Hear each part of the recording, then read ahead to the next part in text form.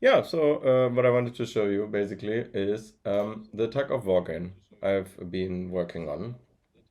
It's a game where you scan QR codes to control a game. And these QR codes are actually Solana Pay QR codes. And whenever you scan it, you will get like you scan it with your camera, and then it will do a transaction on the blockchain and call an anchor program, which we wrote here, which I will show you later. And this will control the game. So now if I scan the pull left code here, I can see that the transaction failed. This is because I'm on the wrong network, because the tug of war game is deployed on mainnet. So now if I switch my Phantom wallet to mainnet and then scan it and then approve it, we will see that the game moves to the left, because here on the left there are these little bubbles here. They are pulling in this direction, and these bubbles are pulling in the other direction. And as soon as the transaction is through, as you can see, now it's at 8. So let me scan it again. And then should go to 7 and so on. Yeah, and I just gonna show you how this works today. So we scan again. And yeah, it's a pretty cool thing that you can, like, for example, play on a big screen or something. You can put it at a conference somewhere, and then people can play left stage versus right stage or so.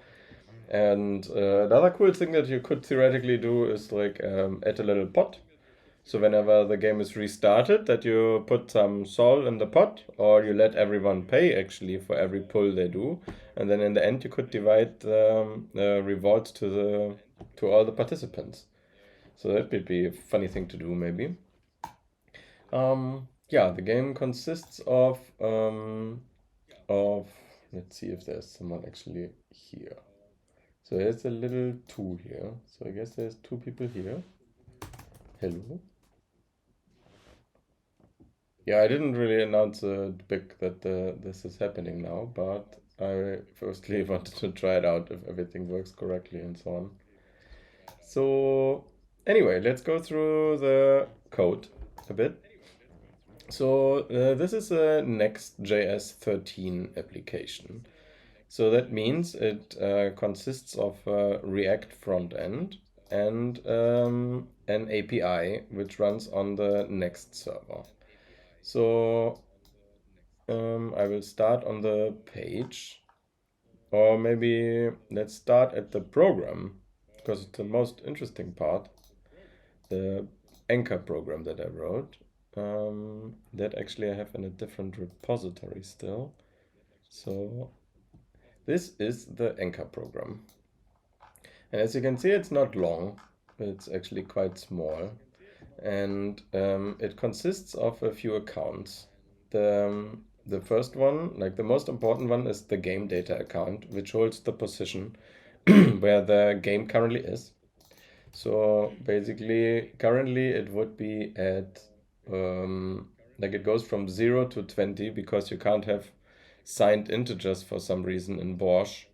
So that's why I just start at 0 and go to 20.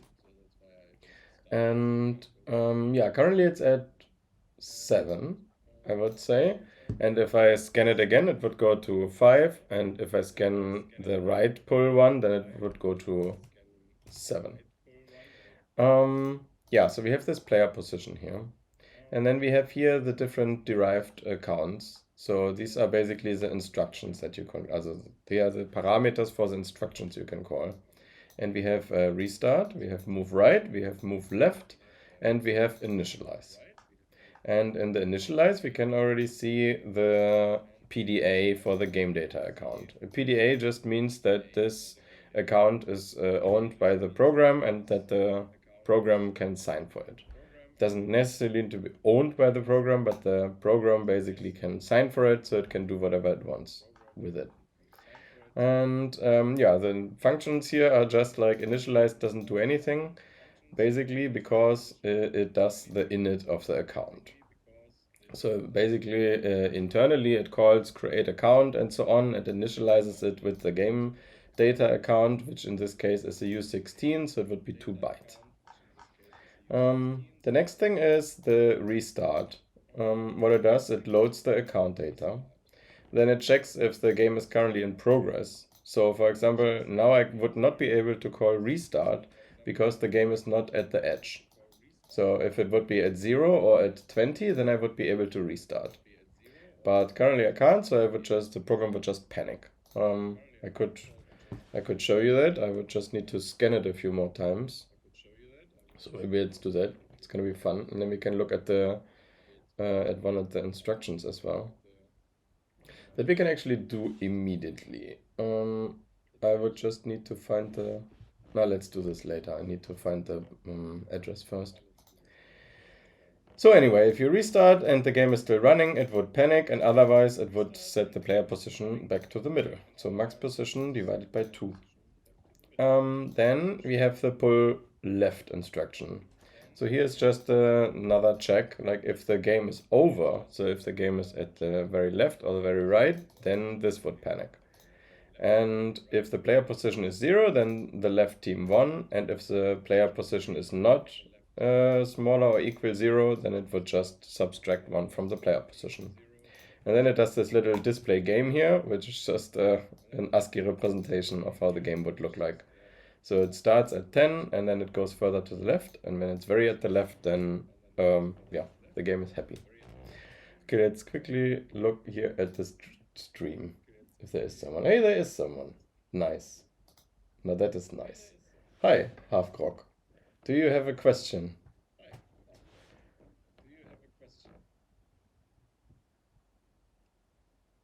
Anyway, it's really nice that you're here. Maybe I can put the chat somewhere where I can see it.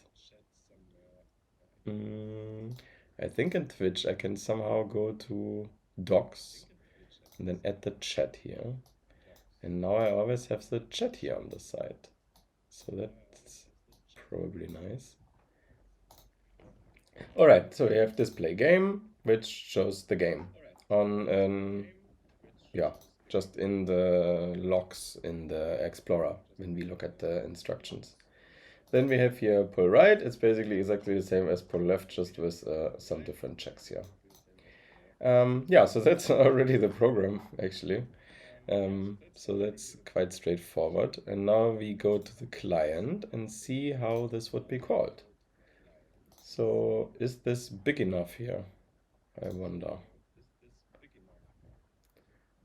Maybe not. So let's make it a bit bigger. So now it's very big. So yeah, so we have the client here. This is the React client, and what we do here is we listen to an account change. So we have this PDA for the player position, and if we do on account change, what it does is it creates a WebSocket connection directly to the RPC node. And whenever the account changes, so whenever the number becomes bigger or smaller, we will get an update here. And what we can do then is we can just read the data from that account, pass it to game data account. And the game data account, as you can see, is exactly the same as an anchor. It's just a number. Just looks a bit more complicated because of the Bosch serialization. So we can do from buffer. So we put the data of the account in here, we deserialize it, and in the end we just have the number that is written in this account. And then what we do is we do set the state here. Yeah, React has this state pattern. So basically, whenever we call set game data state, then this changes, and when we use it somewhere here down in the view, then it will automatically update. So that's a very nice system. Actually, I'm getting a bit warm to React and this whole JavaScript stuff. I just never used it before, but it's actually quite nice. Yeah, so every time the account data changes, we will end up here, and then we will just set the player position and the game state. And then another thing we do, we have this set interval for the update player position. Ah, yeah, this is just for the animation. I wanted it to look a bit nicer. So every 1.3 seconds, I just change these bubbles here a little bit so that it looks a bit nicer. It's a bit of a useless feature, but as you can see here, it's an animation. The next thing we do here is, yeah, we just get the game data the first time. So it's basically the same that we do on account subscribe, but yeah, here we do it all the time. Here we do it just once. Then the next thing is, yeah, we have here get right poles and get left poles. It's just because I wanted to show here this number. So all it does, it takes the maximum, which is 20, and subtracts the current value for the left party and the right party. Yeah, and this down here, this is just like some diffs. Here we have the headline. Here, this is how we show the game. So whenever player position changes, then this will update. So if I scan this again now, I think we should go local now. So this is, yeah, this is currently deployed on mainnet, and now we want to, if we want to build this or work on it or build our own game, then we would need to run it locally, of course. And yeah, how you do this is you just create here a new terminal. If you have opened it in Visual Studio, then we go into the next folder. This is basically where I have all the next stuff, and there's also the package JSON in here, which is the node packages that I needed to build this project. And then we have the next config, and we have here other stuff that's not so important. We use Tailwind, so this is this new CSS package, which makes printing and designing stuff a bit easier in JavaScript. That's how I understood it. Okay, so we run this thing with yarn dev. What this does, it starts a local server, and there we can now also interact with the game. So what you may notice that if I now scan this, so now first I need to switch my wallet to DevNet, of course. So now I'm on DevNet.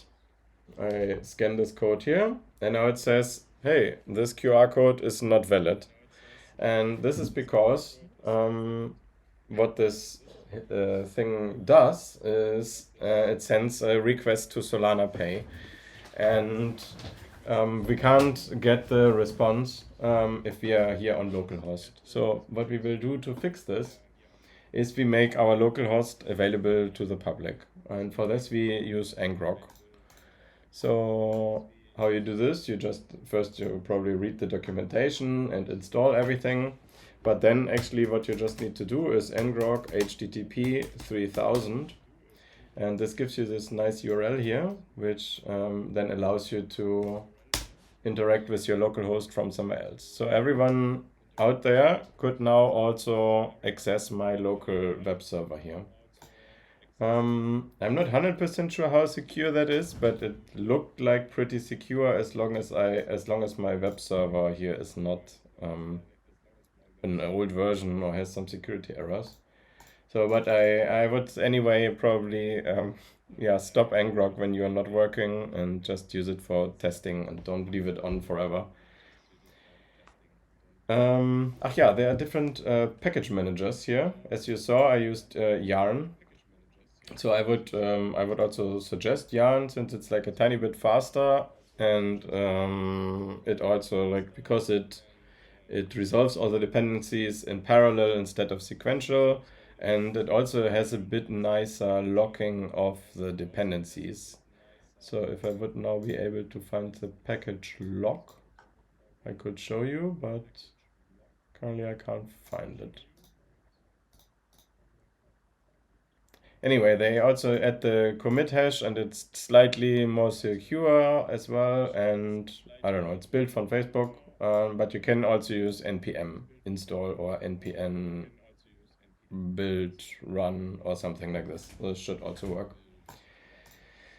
Okay, where were we? So here in app, this app folder is a new thing in Next 13. So the newest Next version, and what it does, it's all server components. So if you want something to be rendered in the client, actually, then you would need to add use client here. So if I now, for example, remove this, then we would get some errors. So let me restart. See, now it says use state. You're importing a component that needs use state, and it only works in client component. But for none of its parents are marked as use client. Yeah, so this use state doesn't work in backend components. So we add this back, and now this element is invalid. Okay, so now if I restart, it works again. Yeah, what's the next thing? Yeah, maybe the most interesting thing actually is the API here. So that you can see if you go to pages and transactions. This is basically the server component that we have for this.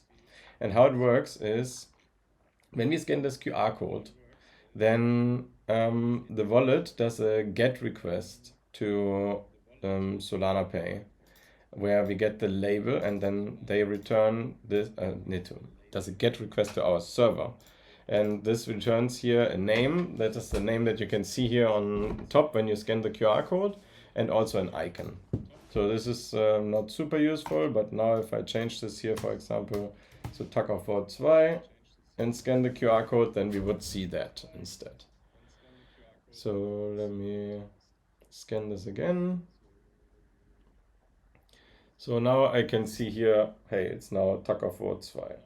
I have this super cool filter here that that you don't see my whole room, but apparently it doesn't recognize my phone as a face. So okay, so we have Tackerford2 here, and then it does a post request.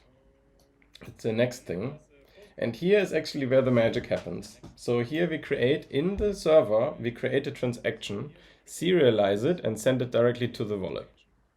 And the wallet is then able to sign it, and then it sends it off, and then it will call the anchor program, and then the account changes, and since we are subscribed to that account, our game will update.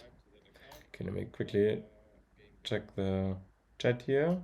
I see there's lots of activity, so that's good. Yeah, so let's say, for example, we want to pull left. So what we do first is we get from the URL, we get all these parameters, the account, the instruction, the amount. Then we get the sender, which is the account, so our wallet public key. Then we create here a transaction. For every transaction, we need the latest block hash. This is just so that the validators know that the transaction is still valid and they just don't throw it away early. Then we have here the fee payer will be our sender. Actually, I was thinking maybe we could do this later if we still have time left. We could try to create a PDA which pays for these fees. So that actually the people who play the game could just scan it and they wouldn't see any fees on their app. So I think this should work if we create a PDA, we put some sol in it, we set the owner to system program, and then our program would still be able to sign it. So actually we should be able to put this PDA as a fee payer. But I haven't tried that, and this would be a nice thing to do for sure. Anyway, if anyone wants to take over this code and build something cool with it, would be really cool. Like, for example, you could build a quiz game or whatever. Okay. Then we put one of the instructions. So what I did is I just put an instruction field in the URL. Currently it's just pull left, pull right, initialize, and restart. And they come here from the page here on the bottom. Here I have the QR codes. And I just put the instruction to pull left, pull right, initialize, restart. And then here you can see what it does when it creates the QR code. It just creates a URL where all these parameters are in. Currently it's just amount and instruction. The amount is actually not even used currently, but I was thinking we could add something like you add 0.1 sol to an account, like to a PDA chest, and then when you win the game, then the everything that's in this chest would be distributed to the winners. So this would be also be a cool thing that we could build. Yeah, then we create the QR code, and then the QR code is shown, and when we scan it with our wallet, then yeah, it will call this server function here. And what happens here is we create now an instruction.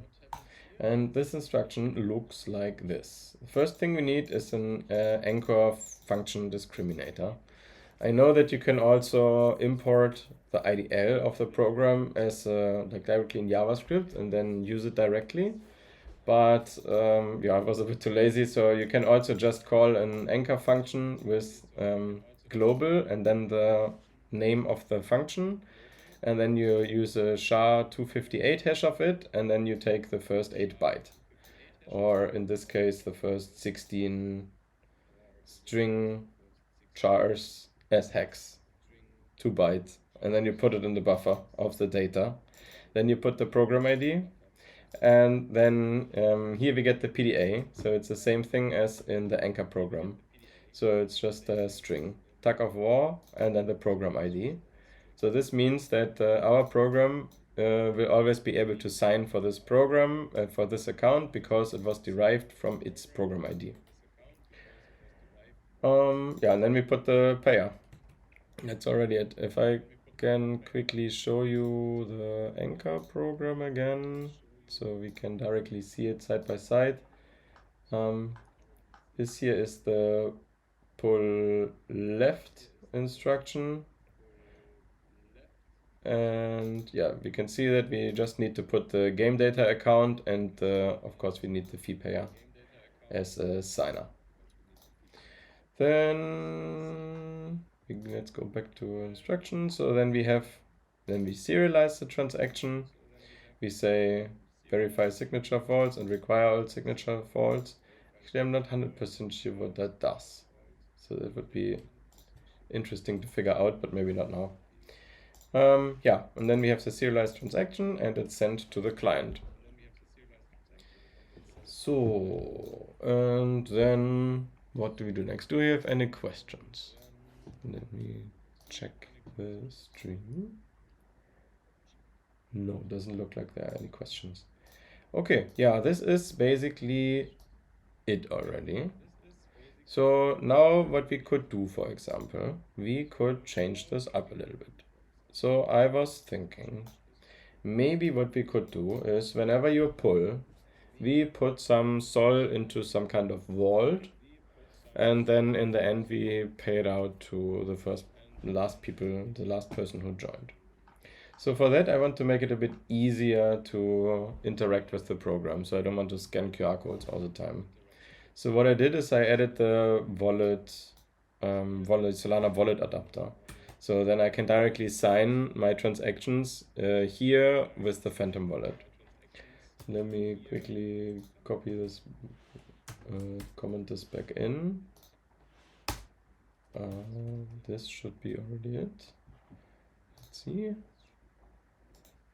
the wrong screen here. The wrong Chrome. Okay, here. So now if I reload this, we should be able to connect with our Phantom wallet. Yeah, this looks good. And now here I can restart. And you can see that the restart is unable to simulate. This is because in our anchor program we said it should panic if the game is still running. So let's cancel this. You can see here's a little error. The user rejected the request. So how this is done, I made a video on it 2 days ago, so I don't gonna explain in detail how it works. But basically you just need to copy some code over from some repository, like an example that Jason made, or you copy it from here. And then you have this wallet here, and you need to add a connection provider, a wallet provider, and the wallet modal provider. And then you need to put all children in between that. And then all children in your app will be able to use a hook to interact with the wallet. And then if you want to know how to interact with this wallet, for example, you can go to the Solana Cookbook. Here, for example, Solana Cookbook is really nice, and then you can always like switch from TypeScript to Python to the wallet adapter, and then you can see here the wallet adapter. All we need to do is send transaction and confirm transaction. And if I go back to the page, we can see that here I have a button which says restart game, and it calls restart game. And here I just have a multi-wallet button and a disconnect button. The disconnect button actually we probably don't really need.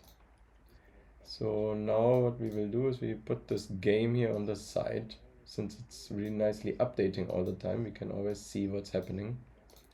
So what I would do now is I just add another button and we call it pull left. And then we also create the function here, which is pull left. And then here, if I go to restart, I will just copy the restart function and call it pull left. So we go in here, we call it pull left. And then here we always need to check if the public key is actually set. So if we are connected with the wallet, here we can already see our beautiful blue button, pull left.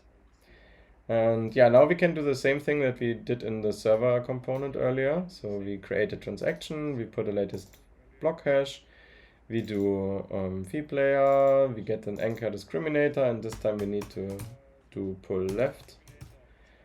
And then we have the same program ID, and yeah, this should be already it actually. So now if I click here pull left, it will open up my Phantom wallet. I can approve this, and it pulls to the left. Wow, this worked with, with surprisingly little problems. So let's pull to the very left. I hope no one of you is pulling in the other side, so because I want to show you the restart. Okay, approve. Pull left, pull left, pull left, pull left, pull left. Yay! See how happy the left team is. And now we can restart. And we get an error. Now that is interesting. Wallet send transaction request resource not available. Huh. Now that's interesting. Let's try again. Ah. Now this time it worked. Okay. Not sure what that was. Yeah, so now the game is restarted and it's in the middle again, so everything works. So now let's say we would want to add some chest vault. How would we go with that? So I'm back now in the anchor program, in the librs file. And so basically what we need is in the initialize, we want a new account.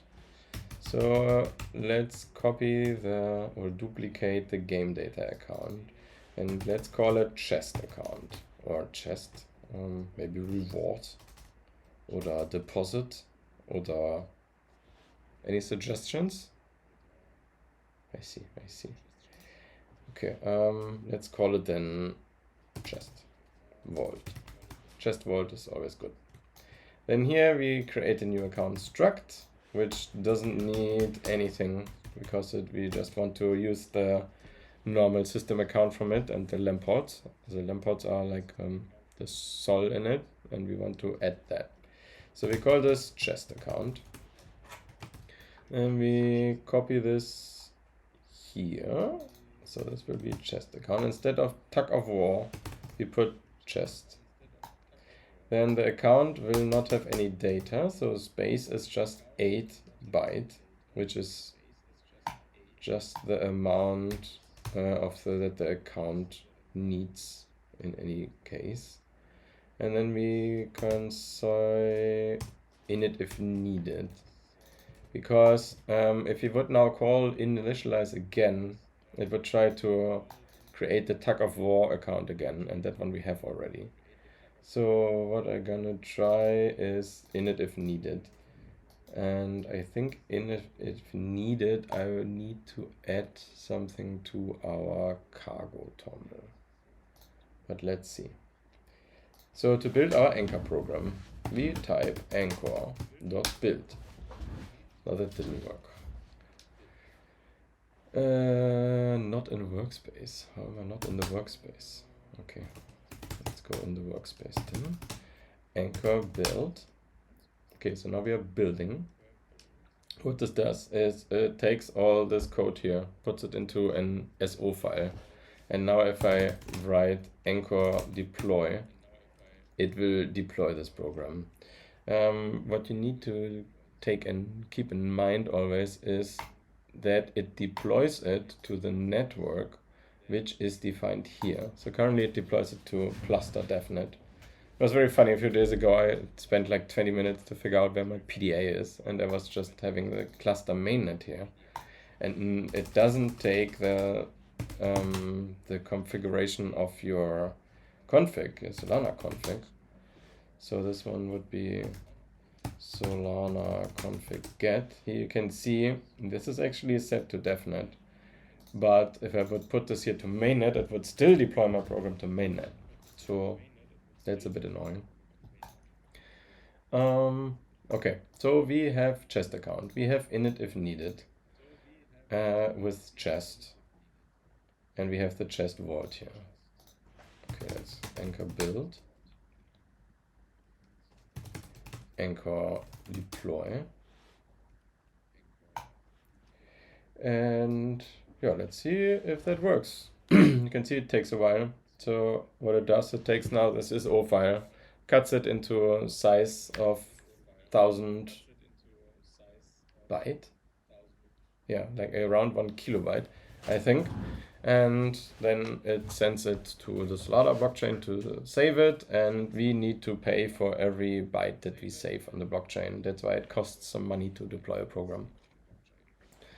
And when this is deployed, I will try now in the client. Here, we will now try to initialize this account. And yeah, let's see if that works. So instead of pull left, I could probably make this a bit nicer instead of just copy pasting this all the time, but yeah, we're here to have fun, right? Initialize. Probably mistyped it anyway. Let's see. Yeah, so we need to get this name here. So we call it initialize. Very good. So now here we don't need to only get the game data account public key, but now we also need to add the get chest account public key. So for that we duplicate this, call this chest, and get chest account public key. So now we take the chest account public key and we put this here in the initialize function as well. No, that didn't work. Why not? I think I need to import this. So this would be somewhere up here. Can I not this should be able to do this Copilot or whatever. Let's try. So if I just do key, does it automatically. So that's way nicer. The only thing we also need here is we need the system program.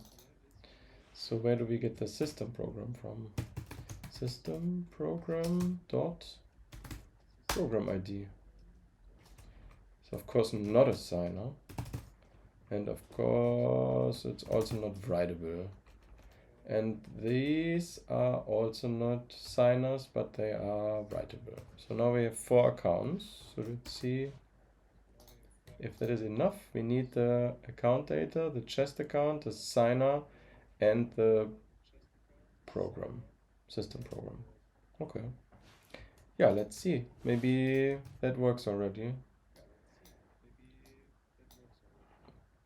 So we don't have an initialize button. So let's add an initialize button here. Just copy paste. Initialize. So initialize. No, that doesn't work. What a pity. But that I never had, that I can't click approve. User reject, I didn't reject, didn't let me press it. So this is maybe because, view advanced transaction details. Why does it not work? Should at least let me send it whenever I want. Proof. Okay, I think I approved it. User rejected the request. I didn't reject the request. Failed to send transaction. Transaction simulation failed. 0BBD. Okay, now we go to anchor errors. So you can find this under anchor.so/errors. And now we search for the error. Account not enough keys. Not enough account keys given to the instruction. Huh. I thought I was supposed to give 4, and I gave 4. Oh, why did I only put 3 here? I could have sworn that I had just added the system program here. Oh, I added it to restart game. Now, that makes sense. Okay, so we go here back to initialize. We put the system program, because we need to put the system program, of course. So otherwise, our program would not be able to do a CPI call, like a cross-program invocation to the system program to create the account. So now if I click initialize, oh wait, I didn't save the wallet. Okay, now I can approve. And now we get another error, which is 0BBA. I guess this is maybe the account already exists. Account discriminator mismatch. 8-byte discount increment did not match what was expected. Interesting. Ah, here, get game data account public key. This is, of course, needs to be the get chest account public key. This makes sense. Okay, initialize. Oh, so this is apparently now the cost for creating the chest account. So let's approve this. This looks good. And now we copy this and look at this in the Explorer. Then we should see that we have now a new account, which is our chest vault. And this should be the instruction. Yeah, it's unknown program. It's called TAC. It's called TAC because I made it to be called TAC, actually.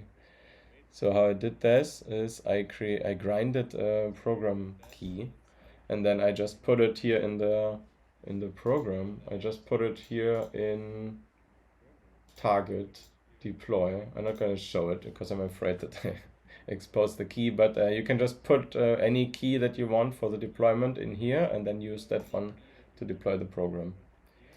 So what I want to see now is if we actually created a new program, a new account. So wait, restart game. I thought I did initialize. Apparently I didn't. Ah, here, less than a minute ago. That is it. Okay, here we can see this is our program ID. This is the system program. This is a new account. This will be our chest vault now, from now on. It has exactly 8 bytes, like we wanted. And yeah, it's unknown program. And our program now did an inner instruction, which is a cross-program invocation to the system program to create the account. And for that we had to pay 0.00094 Sol to be able to save 8 byte on the blockchain. The nice thing is that we only need to do this once, because from now on this account is there and everyone with the PDA who knows the PDA and like the seeds can use it. So now what we want to do is we want to add some Sol whenever we restart the game. So we go back to the program, Tug of War, and here we go to the restart. First I'm gonna copy out the panic because I want to be able to call it now all the time. And then what we want to do here is we want to transfer some Sol from the from the fee payer to this chest vault. So what we need is a CPI context. Oh, this looks kind of good. But what we need is we need system program dot transfer from to. This looks good actually. And it will be from to. And I think here we need the lamparts. Lamparts will be, let's do 10,000. But there's something wrong here. Let's look at an example here in the Solana Playground. I did an example which shows you how to deposit Sol into a PDA and get it out again. So I recommend you try it out. It's like beta.solpg.io. You can go here to tutorials, and then there's Tiny Adventure 2. And here you can see how it should look like. So let's copy this and see what I did wrong here. So first we need to make this a variable. That makes total sense. And then system program dot transfer. It's uppercase transfer. All right. But there's still something wrong here. Interesting. Ah, okay. This needs to be like this. And but why is this red here? Don't understand. Ah, okay, for the CPI context, for the transfer instruction, we only need the accounts, and then we call it with system program transfer CPI context. Yeah, exactly. So that's how it should look like. Now the only question is, why is this red here? Expected comma, expected semicolon. But it's the same down here. Maybe this? No. I think there's a second one. No. You might have forgotten to add a struct literal inside the block. What? What does it want from me? Can anyone see the difference between the thing on the top and the thing on the bottom? Because I don't. Hey, I'm gonna spare you 20 minutes of me trying to debug what was wrong here. But basically what I did is I imported the wrong one. So my Rust analyzer apparently imported the wrong transfer. And if I do this one is returning an instruction, and it needs a public key from and to, and then the lamparts. But what I want actually is a function which takes the CPI context and then the lamparts.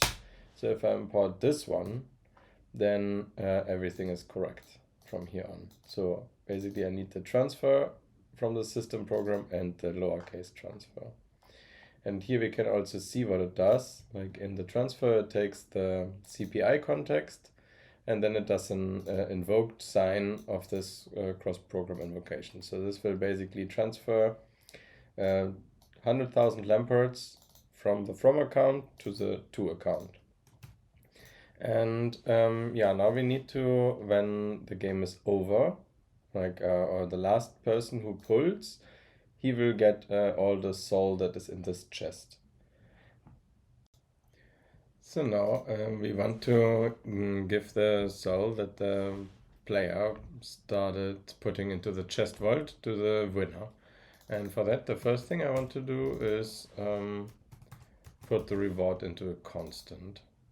So let's say we want 100,000 lamparts. And then we put the reward here for the CPI call to transfer the soul. I think it needs to be U64. Yes, so let's make it a U64. Then we take the reward here, and then we want to transfer it back. And for that we go again into this example in the playground, because when you transfer it back, it needs to be a little bit different, since since we are not signing, we need to directly take the lamparts from the account in the chest vault and put it into the player account. So this you can do like this. It's basically you take the chest vault account, you take its account info, and you try you borrow the lamparts, and then you do the same for the player. And the only important thing is that in the end, all lampart amounts are the same. Otherwise, the runtime of Solana will complain. So we copy this, and then we say here, as soon as, like, if the game data position is equals 1, then we know this will be the last move and we can give out the reward. So we just say game data account dot player position equals 1. Then we want to give out the reward, so I paste this in here. And otherwise we just do the normal logic like we had before. So, but we have different accounts here. It's chest vault and player. So we now need to add the chest vault also to the move left instruction. So I take the move left and we also put the chest vault here. So we put it here and in the move right as well. And I'm not sure if we need the system program. I don't think we do. So let's leave it out for now. And we called it chest vault. So that's good. So here we can just say from the chest vault to the player. The player we don't have. So let's put in the signer again. So here we put the signer and here we put the signer.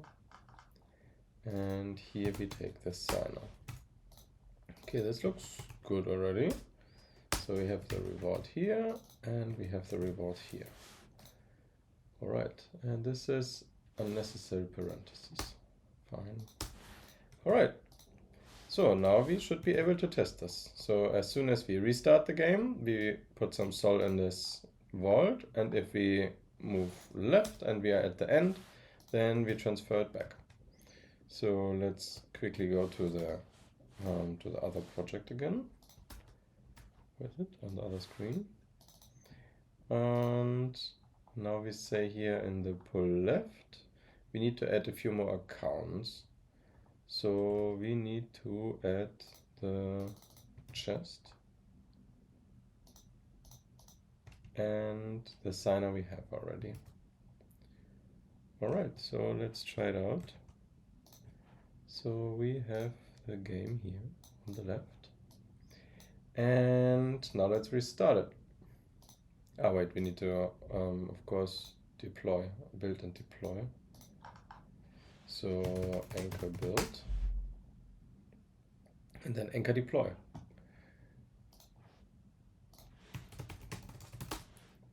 Zack.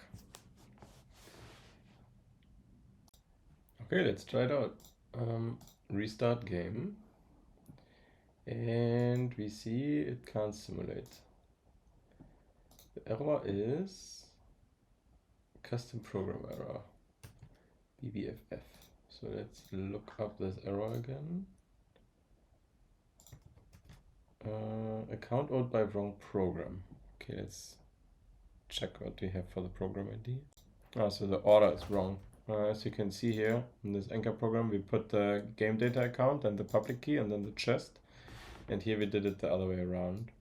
So we just gonna put the public key last and then it should work. Let's try it out again and restart. Still count. Okay. BBFF. So I was changing the wrong one. We of course need to put it here in the restart function. And now if I restart, it still doesn't. Okay, let's see what's it. Now it's BBD. So now it's a count, not enough keys. So maybe we need for the restart, we also needed to add the system program, I think. Yes, so let's add the system program as well.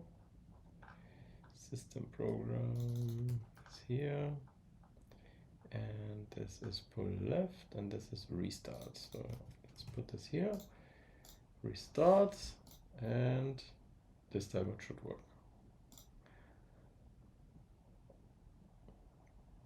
Oh, come on, yeah, see. So this is 100,000 lamparts. So we approve this, and now we have some money in the chest. And now if we pull left 10 times, then we should actually get this money back. Let me quickly do that. Okay, so now we're at the last one. So we pull left, and here we can already see we get the 100,000 lamparts back. So I approve, and now we got them back. So that works really well.